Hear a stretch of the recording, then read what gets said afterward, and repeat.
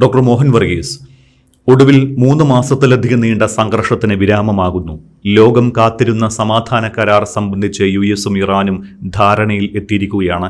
യുദ്ധം അവസാനിപ്പിക്കാനും ഹോർമുസ് കടലിടുക്ക് തുറന്നുകൊടുക്കാനുമാണ് ഇരു രാജ്യങ്ങളും ധാരണയിൽ എത്തിയിരിക്കുന്നത്. എങ്ങനെയാണ് ഈ ഒരു കരാർ യാഥാർത്ഥ്യമായത്? അവസാന നിമിഷം വരെ നാടകീയതയായിരുന്നല്ലോ. ട്രംപിന്റെ വാക്ക് വിശ്വസിക്കാൻ പ്രയാസവുമായിരുന്നു. എന്നിട്ടും ഈ കരാർ യാഥാർത്ഥ്യമായത് എങ്ങനെ? അത്യന്തം നാടകീയമായ അവസാന രംഗങ്ങൾക്കൊടുവിൽ കരാർ സാധ്യമാകുന്നു എന്നതിൻ്റെ പ്രഖ്യാപനം, ഇറാൻ അമേരിക്ക കരാർ സാധ്യമാകുന്നു എന്നതിൻ്റെ പ്രഖ്യാപനം 3 കേന്ദ്രങ്ങളിൽ നിന്ന് വരികയാണ്. ഒന്ന്, ഡൊണാൾഡ് ട്രംപ്. അദ്ദേഹത്തിൻ്റെ പ്രഖ്യാപനത്തിന് അല്പായുസാണ് പൊതുവേ ഉള്ളത്. കാരണം ഞാനൊന്ന് എണ്ണി നോക്കുകയായിരുന്നു. അദ്ദേഹം പറഞ്ഞതും പിന്നീട് മാറ്റി പറഞ്ഞതുമായ കാര്യങ്ങൾ. ഫെബ്രുവരി 28, 2026 യുദ്ധം തുടങ്ങിയതിന് ശേഷം 35-നും 40-നും ഇടയിൽ സമയങ്ങളിൽ ഈ പ്രസ്താവനകൾ, അദ്ദേഹത്തിൻ്റെ തന്നെ പ്രസ്താവനകൾ അദ്ദേഹം തിരുത്തി പറഞ്ഞിട്ടുണ്ട്. അത് അനവധി ഉദാഹരണങ്ങളുണ്ട്. ഓരോ പ്രസ്താവനയും ട്രൂത്ത് സോഷ്യലിലൂടെ വരുന്ന നിഗമനങ്ങൾ അല്ലെങ്കിൽ അദ്ദേഹത്തിൻ്റെ വാക്കുകൾ, അത് പിറ്റേന്ന് മറ്റൊരു പ്രസ്താവനയിലൂടെ അത് തിരുത്തപ്പെടുന്നത് നമ്മൾ കണ്ടതാണ്. അപ്പം അതുകൊണ്ട് ആ പ്രസ്താവനയ്ക്ക് ഇതാ യുദ്ധം അവസാനിച്ചിരിക്കുന്നു, കരാറിൽ തങ്ങൾ എത്തിച്ചേരുന്നു, Iran has agreed to sign a deal with America എന്ന് ഡൊണാൾഡ് ട്രംപ് പറയുമ്പോൾ അത് പഴയ ചാക്ക് പോലെ മാത്രമേ കാണാനാവൂ. അതൊരു നിഗമനം. അപ്പോൾ അത് ഞാൻ ഗൗരവത്തിലെടുക്കുന്നതേയില്ല. ട്രംപ് അത് പറഞ്ഞുകൊണ്ടേയിരിക്കും, നാളെ വീണ്ടും തിരുത്തി പറയും. അങ്ങനെ ആപ്പിലാകാൻ നമ്മളാരും തയ്യാറാവില്ലല്ലോ. പക്ഷേ മറ്റ് 2 കേന്ദ്രങ്ങളിൽ നിന്നും പ്രസ്താവനകൾ വരുന്നു. അതൊന്ന്, മധ്യസ്ഥത വഹിച്ച പാകിസ്ഥാൻ്റെ പ്രധാനമന്ത്രി ഷഹബാസ് ഷെരീഫ്. അപ്പോൾ അമേരിക്കയുടെ കൺട്രോളിലാണ് പാകിസ്ഥാൻ്റെ സംവിധാനം എന്നൊക്കെ പറഞ്ഞാൽ പോലും പാക് പ്രധാനമന്ത്രിയുടെ വാക്ക് കൃത്യമായി പാക് പ്രധാനമന്ത്രി പറഞ്ഞിരിക്കുന്നു. Iran has spoken to us. തങ്ങളോട് ഇറാൻ സംസാരിച്ചിരിക്കുന്നു.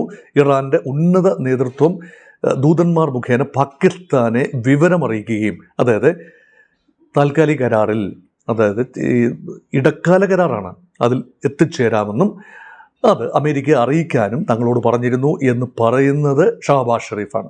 അങ്ങനെയെങ്കിൽ ആ വാക്കിന് ഭാഗികമായ വിശ്വാസ്യത അവിടെ വരികയാണ്. ഇനി മൂന്നാമത്തേത് നമ്മൾ കേൾക്കേണ്ടിയിരുന്നത് straight from the horse's mouth. അത് ഇറാൻ്റെ ഭാഗത്ത് നിന്നാണ്. ഇറാൻ്റെ ആയത്തുള്ള അലി ഖമനിയുടേതായ, അല്ലെങ്കിൽ ഖമനിയുടെ മകൻ മുജ്തബ ഖമനിയുടേതായ ഒരു പ്രസ്താവന വന്നിട്ടില്ല. അപ്പോൾ പിന്നെ വന്നത് ആരുടെയാണ്? ഇറാൻ്റെ ഔപചാരികമായ ലീഡർഷിപ്പ്. അപ്പം പാർലമെൻറ്റ് സ്പീക്കറും വിദേശകാര്യമന്ത്രിയും ഒക്കെ ഒരു പ്രസ്താവനയിലൂടെ പറയുകയാണ്, ഞങ്ങളൊരു ധാരണയിൽ എത്തി, പക്ഷേ അമേരിക്ക പറയുന്ന ദിവസം ആയിരിക്കണമെന്നില്ല. അങ്ങനെയാണെങ്കിൽ അത് ഓൾറെഡി ഒപ്പിടേണ്ട സമയം കഴിഞ്ഞു. അതുകൊണ്ട് ട്രംപിൻ്റെ 80ാം പിറന്നാൾ ദിനം വലിയ ഗുസ്തി പരിപാടി നടക്കുകയാണ് കേട്ടോ.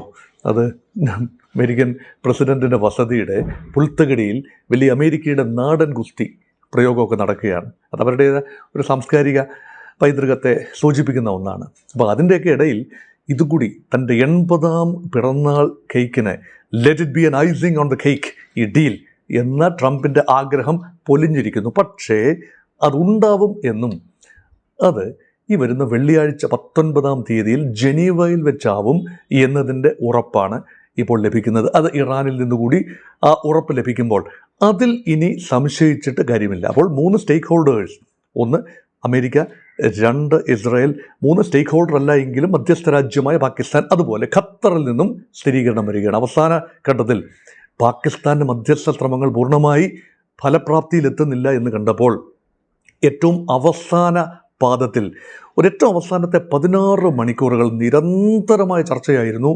ഖത്തറിൻ്റെ പ്രതിനിധികൾ ടെഹ്റാനിലെത്തിയും ടെഹ്റാനിൽ നിന്നും ഇറാനിയൻ പ്രതിനിധികൾ ദോഹയിലെത്തിയും നിരന്തരമായ ചർച്ചകളാണ് അവസാനവട്ടം മിനുക്കുപണികൾ നടത്തിയത്. അപ്പോൾ ഖത്തറിൽ നിന്നും സ്ഥിരീകരണം ഉണ്ടാകുന്നു. അതൊരു 4 ഡയമെൻഷനായി കാണാം: America, Qatar, Pakistan and Iran. അപ്പം അതുകൊണ്ട് അത് കൃത്യമാണ് എന്ന് പറയാം. ഇനി ഒരു സ്ഥിരീകരണം കൂടിയാണ് വരേണ്ടത്. അത് ഇസ്രായേലിൻ്റെ ഭാഗത്ത് നിന്നാണ്. അതേക്കുറിച്ച് നമുക്ക് പിന്നീട് സംസാരിക്കും. ഇസ്രായേൽ അതേക്കുറിച്ച് കാര്യമായി ഒന്നും തന്നെ, ഈ ഡീലിനെക്കുറിച്ച് കാര്യമായി ഒന്നും തന്നെ പ്രതികരിച്ചിട്ടില്ല എന്നതും പ്രത്യേകമായി ഓർത്തിരിക്കേണ്ടതാണ്. അപ്പോൾ അതുകൊണ്ട് ഈ ഡീൽ യഥാർത്ഥത്തിൽ ഇത്ര ദിവസത്തേതാ, ഫെബ്രുവരി 28 തുടങ്ങിയ യുദ്ധം അത് ഏപ്രിൽ 8-ാം തീയതി നിർത്തിവെച്ചു എന്ന് പറഞ്ഞാൽ, ഇപ്പോൾ മാർച്ച് മുഴുവൻ യുദ്ധം ചെയ്തു, ഏപ്രിൽ 8 വരെ യുദ്ധം ചെയ്തു. അപ്പം അത്രയും ദിവസത്തിന് ശേഷം വെടിനിർത്തൽ ഉണ്ടായി എങ്കിലും ആ വെടിനിർത്തൽ കാലാവധിയിൽ ഉടനീളം പരസ്പരം ആക്രമണങ്ങളും പ്രത്യാക്രമണങ്ങളും നടന്നു എന്ന് പറയുമ്പോൾ എത്രത്തോളം ഫ്രജൈലായിരുന്നു ആ വെടിനിർത്തൽ കരാർ, അതുപോലെ ഫ്രജൈൽ ആകുമോ ഈ കരാർ? അപ്പം ഇതും 60 ദിവസത്തേക്ക് മാത്രം വാലിഡിറ്റിയുള്ള താൽക്കാലിക ധാരണാപത്രമാണ് ഇപ്പോൾ ഉപയോഗിക്കുന്നത്. അതിൻ്റെ കണ്ടന്റിനെ കുറിച്ച് ഒരുപാട് ആശയക്കുഴപ്പം ഇപ്പോഴും ഉണ്ട്. ഇറാൻ മുന്നോട്ട് വെച്ച 14 ഇന പദ്ധതികളുടെ മിക്കതിലും അനുകൂലമായ പ്രതികരണം അമേരിക്കയിൽ നിന്നും വന്നു എന്ന രീതിയിലാണ് റിപ്പോർട്ടുകൾ. അതിലേറ്റവും പ്രധാനം ആസ്തികൾ, 25 ബില്യൺ ഡോളർ വർത്ത് ഓഫ് ആസ്തികൾ, ഇറാനിയൻ ആസ്തികൾ അത് റിലീസ് ചെയ്യുന്നതിനെ സംബന്ധിച്ചാണ്. പക്ഷെ അതിൻ്റെ നിറ്റി ഗ്രിറ്റീസ് നീഡ് ടു ബി അയൻഡ് ഔട്ട്. അത് ഒറ്റയടിക്ക് റിലീസ് ചെയ്യുമോ, ഘട്ടം ഘട്ടമായി റിലീസ് ചെയ്യുമോ, അതോ അതിന് ചില സ്ട്രിങ്സ് അറ്റാച്ച്ഡ് ആയിരിക്കുമോ, യാതൊരു സൂചനയുമില്ല. അത് പൂർണ്ണമായി റിലീസ് ചെയ്യും എന്നുപോലുമുള്ള ധാരണ ഇതിലുണ്ട് എന്ന് നമുക്കിപ്പോൾ കരുതാനാവില്ല. കാരണം അതേക്കുറിച്ച് സംസാരിച്ചപ്പോഴാണ് ട്രംപ് പൊട്ടിത്തെറിച്ചത് 2 ദിവസം മുൻപ്. അതുകൊണ്ട് അത് ഒരു ധാരണയെന്ന് പറയാനാവില്ല. പക്ഷേ ഹോർമൂസ് തുറക്കും എന്നും ഇറാനെതിരെയുള്ള നാവിക ഉപരോധം അവസാനിപ്പിക്കും എന്നത് മാത്രമാണ് ഇപ്പോൾ സ്ഥിരീകരിക്കാവുന്ന വിവരം. അതും ഹോർമൂസ് തുറക്കുന്നത് ഇറാൻ ഹോർമൂസ് അടച്ചു എന്ന് പറഞ്ഞത് ഇനി തുറക്കുന്നു. അത് ഇറാൻ്റെ ഭാഗത്തു നിന്ന് വരുന്ന പ്രതികരണങ്ങൾ വിശ്വസിക്കാമെങ്കിൽ 19-ാം തീയതി താൽക്കാലിക കരാർ ഒപ്പിട്ടതിന് ശേഷം മാത്രം. അതായത് ഇപ്പോൾ നിങ്ങൾ എന്നെ കേൾക്കുന്ന ഈ നിമിഷം ധാരധാരയായി കപ്പലുകൾ അങ്ങ് പുറത്തോട്ട് പോയി തുടങ്ങി എന്ന രീതിയിൽ ചിന്തിക്കുന്നത് മൗഢ്യമാണ്. കപ്പലുകൾ 2000-ത്തിലധികം കപ്പലുകൾ, വിവിധ രാജ്യങ്ങളുടെ കപ്പലുകൾ ഇപ്പോഴും ഹോർമൂസിനുള്ളിലുണ്ട്. അതായത് പേർഷ്യൻ ഗൾഫിൻ്റെ വിവിധ മേഖലയിലെ വിവിധ രാജ്യങ്ങളുടെ തുറമുഖങ്ങളിൽ പുറത്തോട്ട് പോകാനുള്ള അനുമതിയും അംഗീകാരവും കാത്തു കിടക്കുന്നു. അപ്പോൾ അത് വലിയൊരു വിഷയം തന്നെയാണ്. അപ്പോൾ ഹോർമൂസ് തുറന്നു എന്നൊക്കെ ചില പത്രങ്ങളിൽ കണ്ടു, ചില യൂട്യൂബ് ചാനലുകൾ കണ്ടു. തുറന്നു എന്ന് തുറക്കും എന്ന് മാത്രമാണ് പറഞ്ഞിട്ടുള്ളത് എന്ന് സ്നേഹപൂർവ്വം പ്രേക്ഷകരെ ഓർമ്മിപ്പിക്കുന്നു. പക്ഷെ തുറക്കുമെന്നത് ഒരു പ്രതീക്ഷയാണ്. അൺലെസ് ഈ അടുത്ത 4-5 ദിവസത്തിനുള്ളിൽ നാടകീയമായ എന്തെങ്കിലും സംഭവിക്കുന്നില്ല എങ്കിൽ, അവസാന നിമിഷം എന്തെങ്കിലും അട്ടിമറി സംഭവിച്ചാൽ ഈ കരാർ വഴിമാറി പോകാനും സാധ്യതയുണ്ട്. കാരണം ഒന്നും ആത്യന്തികമല്ല. ഒരു കരാറിൽ എത്തിച്ചേർന്നിട്ട് പോലും അത് മുന്നോട്ട് കൊണ്ടുപോകാൻ കഴിയാത്ത ലോകത്ത് ഇപ്പോൾ ഒരു കരാറിൽ എത്തുന്നതിന് മുൻപ് ഈ അമിത ആത്മവിശ്വാസം കാട്ടുന്നതിനും ഒരു പരിധിയുണ്ട് എന്ന് ഞാൻ ഓർമ്മിപ്പിച്ചു എന്ന് മാത്രം. ആരെയും ഭീതിയുടെ മുൾമുനയിൽ നിർത്താൻ വേണ്ടിയല്ല, മറിച്ച് കോഷ്യസ് ഓപ്റ്റിമിസം ഇതായിരിക്കണം നിഷ്പക്ഷമായി കാര്യങ്ങൾ അവലോകനം ചെയ്യുന്നവരുടെ ഒരു പോളിസി. കോഷ്യസ് ഓപ്റ്റിമിസം, വളരെ ഓപ്റ്റിമിസ്റ്റിക് ആയിരിക്കണം, പക്ഷെ വളരെ കോഷൻ ഫസ്റ്റ്. അതാണ് കാര്യം. അപ്പോൾ അതിന് പകരമായി ഇറാൻ്റെ ഇപ്പോൾ ധാരണ എന്ന് പറയുന്നത്, ഏതാണ്ട് സ്ഥിരീകരിക്കാവുന്ന ഒരു വകുപ്പ് എന്ന് പറയുന്നത്, ഇറാൻ്റെ തുറമുഖങ്ങളിൽ നിന്നുള്ള ചരക്ക് നീക്കം ഉടനടി ആരംഭിക്കും. അതായത് അതും 19-ാം തീയതി മുതൽ 19 വരെ ഒരുപക്ഷെ അയണിങ് ഔട്ട് ഓഫ് ദ ഡിഫറൻസസ് അതൊക്കെ ആയിരിക്കാം.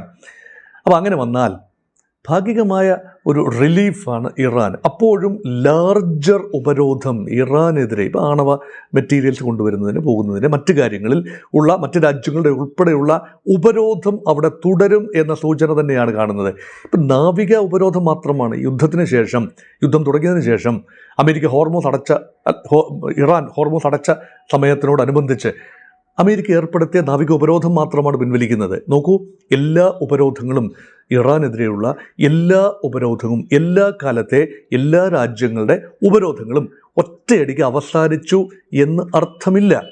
അതുകൊണ്ട് ഇത് ഭാഗികം മാത്രം ആണ്. അപ്പം അക്കാര്യത്തിൽ മാത്രമാണ് ധാരണയായത്. പക്ഷേ ഇറാൻ ആവർത്തിച്ച് പറയുന്നൊരു കാര്യമാണ്, മറ്റൊരു കാര്യത്തിലും ധാരണയായിട്ടുണ്ട്. ഈ താൽക്കാലിക കരാറിൽ ഉൾപ്പെടെ അത് ലെബനനിലെ വിഷയമാണ്. ലെബനനിലെ ഹിസ്ബുള്ള കേന്ദ്രങ്ങൾക്ക് നേരെ ഇസ്രായേൽ നടത്തുന്ന ആക്രമണങ്ങൾ നിർത്തിവയ്ക്കും എന്ന ഉറപ്പ്. Lebanon is A part of the initial agreement എന്നാണ് ഇറാൻ പറയുന്നത്. അത് ഇസ്രായേൽ സ്ഥിരീകരിച്ചിട്ടില്ല എന്നും ഓർക്കണം. ഇനി യുദ്ധമുണ്ടാവില്ല എന്ന് പറയേണ്ടത് ആരാണ്? ഇസ്രായേലാണ്. അവിടെ ഒരു വെടിനിർത്തൽ കരാർ ഓൾറെഡി ഉണ്ടായിരുന്നതല്ലേ, അത് നിരന്തരം ലംഘിച്ചത് ഇസ്രായേലല്ലേ. അപ്പോൾ ഹിസ്ബുള്ളയും തിരിച്ചടിച്ചു എന്നത് സത്യമാണ്. ഹിസ്ബുള്ളയെ സഹായിക്കുന്നത് ഇറാനാണ് എന്നത് നിസ്സംശയം പറയുകയും ചെയ്യാം. അപ്പം അങ്ങനെ വന്നാൽ ഇപ്പോഴും ഒരു തരി ഇന്ധനം അവിടെ കാത്തു സൂക്ഷിക്കുന്നു ഇസ്രായേൽ. വേണ്ടി വന്നാൽ ഒന്ന് കത്തിക്കാം, ഒരു തിരി കത്തിക്കാം എന്ന രീതിയിൽ. അപ്പോൾ അവിടെ ലെബനൻ പ്രശ്നം അവസാനിക്കുന്നു എന്നത് ആദ്യ കരാർ, ഈ പറയുന്ന ഇനിഷ്യൽ കരാറിൻ്റെ ഭാഗമായി അമേരിക്ക എഗ്രി ചെയ്തതിനെ അട്ടിമറിക്കാൻ വേണ്ടി ഇസ്രായേൽ ശ്രമിച്ചു എന്ന പരിഭവമായിരുന്നല്ലോ അമേരിക്ക പറഞ്ഞിരുന്നത്. പക്ഷേ അതവിടെ നിൽക്കട്ടെ, അതേക്കുറിച്ച് കൂടുതൽ വിശദീകരണങ്ങൾ നൽകാനുള്ളത് കൊണ്ട് അതിപ്പോൾ സൂചിപ്പിക്കുന്നില്ല എന്ന് മാത്രം. അതുകൊണ്ട് അക്കാര്യത്തിലും ഒരു ധാരണ ആയി എന്ന് ഇറാൻ പറയുന്നു. അമേരിക്കയുടെ ഭാഗത്തുനിന്നും സ്ഥിരീകരണം അതിനില്ല. ഇസ്രായേലിൻ്റെ ഭാഗത്തുനിന്നും പൂർണ്ണമായ സ്ഥിരീകരണം ഇല്ല എന്നോർക്കണം. ഇറാൻ ഈ ഹോർമൂസ് തുറന്നു കഴിഞ്ഞാൽ ഇനി ചുങ്കം പിരിക്കുമോ കപ്പലുകളിൽ നിന്ന്? ഇല്ല എന്ന ഒരു നിഗമനത്തിലാണ് ഇപ്പോൾ മുന്നോട്ട് പോകുന്നത്. അത് നിഗമനം മാത്രമാണ്. ഇത് വളരെ വളരെ തലനാരട കീറി പരിശോധിക്കേണ്ട ഒരു കാര്യമാണ്. Will Hormuz remain a sphere of influence for Iran and Oman in the years to come? ഇതാണ് ഏറ്റവും പ്രധാനപ്പെട്ട ചോദ്യം. ലോകത്തെ തന്നെ ഏറ്റവും കൂടുതൽ ആളുകൾ ഇനിയും ചോദിക്കാൻ സാധ്യതയുള്ള ഒരു ചോദ്യമാണ്. ഹോർമൂസിൻ്റെ യഥാർത്ഥ നിയന്ത്രണം ഇനി ആർക്ക്? 3 ഓപ്ഷൻസ് തരാം. 1, മുൻപുണ്ടായിരുന്നത് പോലെ ആരുടെയും നിയന്ത്രണത്തിലല്ല, ഇൻ്റർനാഷണൽ കമ്മ്യൂണിറ്റിയുടെ സുഗമമായ ഒരു പാത. ഏത് രാജ്യത്തിൻ്റെയും ഏത് കപ്പലിനും എന്താവശ്യത്തിനും അതിലേക്ക് കടന്നു വരാം, പോകാം. അതാണ് ഒരു ഓപ്ഷൻ. അങ്ങനെ ആവുമോ? അതോ രണ്ടാമത്തെ ഓപ്ഷൻ, ഇറാൻ ചുങ്കം പിരിക്കുന്നില്ല, പക്ഷേ ഇറാൻ്റെ ഒരു മേൽനോട്ടം ഉണ്ടാവും ഇൻ കൊളാബറേഷൻ വിത്ത് ഒമാൻ. അത് രേഖകളിലൊന്നും കാണില്ല, പക്ഷേ ഡിഫാക്റ്റോ അങ്ങനെ സംഭവിക്കാം. ഇറാനിയൻ നേവൽ പ്രസൻസ് അവിടെ വർദ്ധിക്കാൻ സാധ്യതയുണ്ട്. അതുകൊണ്ട് എന്ന് വേണമെങ്കിലും ഒരു പ്രതിസന്ധി ഭാവിയിൽ കാണാൻ ഇറാന് കഴിയും. അതുകൊണ്ട് Hormuz, Iran may want to retain Hormuz as a sphere of influence. ചുങ്കം പിരിക്കുന്ന ഒരിടമല്ല. കടന്നു പോകുന്ന കപ്പലുകൾക്ക് ഇറാൻ്റെ അനുവാദം ഒരു പക്ഷേ ആവശ്യമില്ല.